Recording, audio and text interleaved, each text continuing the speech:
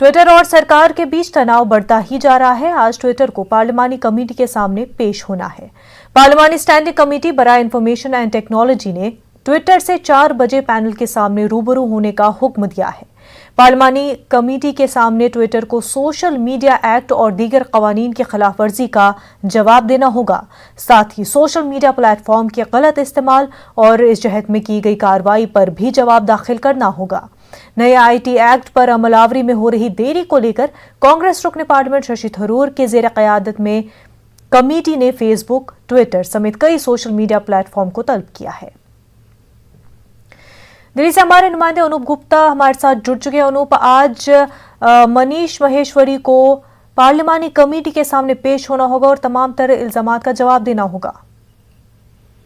बिल्कुल, देखिए, जिस तरीके से सोशल मीडिया का दुरुपयोग के मामले सामने आते जा रहे हैं, चाहे वो ट्विटर का मसला हो या फिर फेसबुक का मसला हो, आज आईटी डिपार्टमेंट की जो स्टैंडिंग कमेटी है, शशि थरूर इसके अध्यक्ष हैं। इन्होंने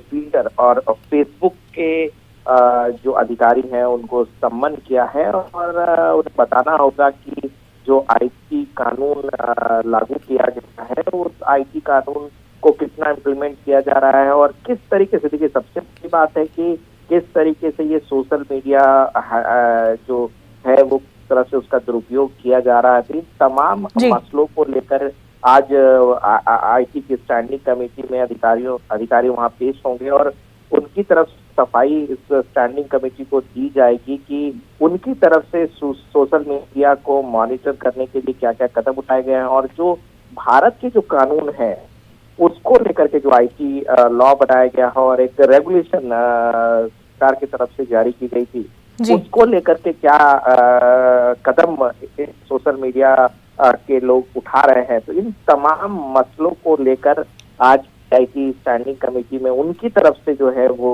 जवाब पेश किया जाएगा। जी बिल्कुल अनूप, बेहद